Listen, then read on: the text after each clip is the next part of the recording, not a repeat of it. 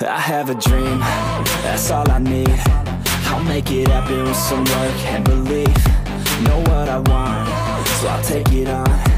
I've made mistakes, but mistakes. Hello kila Cecilio Jayoma, Vince, Jake, Sebastian Fiel, Roger Martinez, Robert Griego, at kay Danner Macasiano. Salamat sa inyong suporta mga kaprakti. Ganito ang itsura ng adjustable pulley na cable crossover na pwede mong matarget dyan ang upper, middle, at lower chest dahil ito ay adjustable pulley. Pero paano kung hindi ganyan ang crossover sa pinapasukan mong gym? Aba, walang problema. Sa video ito, ituturo ko sa inyo kung paano ang mga posisyon mula sa katawan, sa kamay, at maging sa pagtayo upang matarget ang upper, middle at lower chest kahit hindi adjustable pulley ang cable crossover ang gagamitin nyo.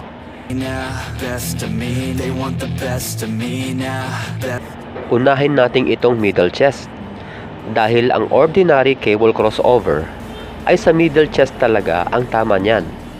Mula sa gitna, humakbang ng isa hanggang dalawa sa harap. Yumuko ng bahagya, ngunit nakaangat ang dibdib o naka-chest out ito. Mula sa starting position, itulak ang weights o dalhin ang mga kamay sa harap kung saan dalawang sukat ng ruler ang layo nito mula sa inyong tiyan. Sa pagbuka naman ng mga kamay, huwag isasagad ito dahil malaki ang tsansa na ma-injury ang inyong balikat pag ganyan.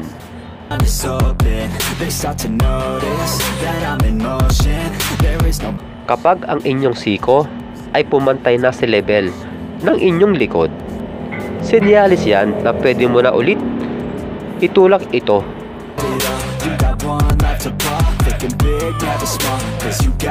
Pansinin din na sa pagbuka ko ng aking mga kamay, hindi ko ito itinutuwid ng husto.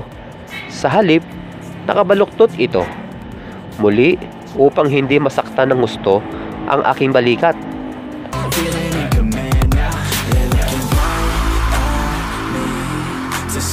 Tandaang mabuti ang mga yan mga kaprakti dahil ganyan din ang mga proper form pagdating sa upper at lower chest. Kapag lower chest naman ang gusto nating patamaan, mananatili lang tayo sa gitna ng equipment na nakapwesto. Hindi na natin kailangan yumuko.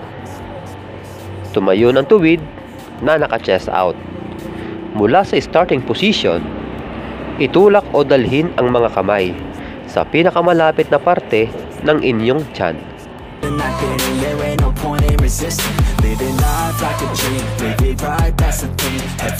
Muli, huwag isasagad sa pataas na direksyon ang inyong mga siko.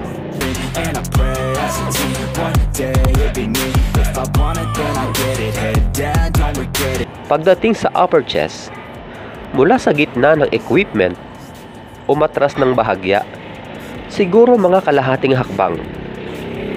Pagkatapos, yumuko ng gaya ng nasa video. Mula sa starting position, dalhin ang mga kamay sa tapat o level ng inyong mga mata. Bagamat nakayuko ng husto dito, pansinin na hindi nakalak ang aking mga tuhod. Nakausli pa rin ang aking puwet.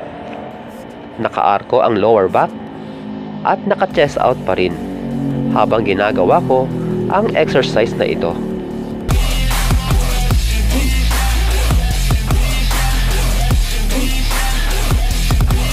Sa panahon ngayon, dapat maging malikhain tayo, lalo na kung diskarte sa pagbubuhat ang pag-uusapan. Upang kahit hindi man tayo nakakaangat sa buhay, pero kaya pa rin nating makipagsabayan sa mga matataas na tao. Kahit man lang, pagdating sa pagpapalaki ng katawan. Hanggang sa muli mga kaprakti, God bless! Focused, my mind is open. They start to notice that I'm in motion. There is no potion, you're not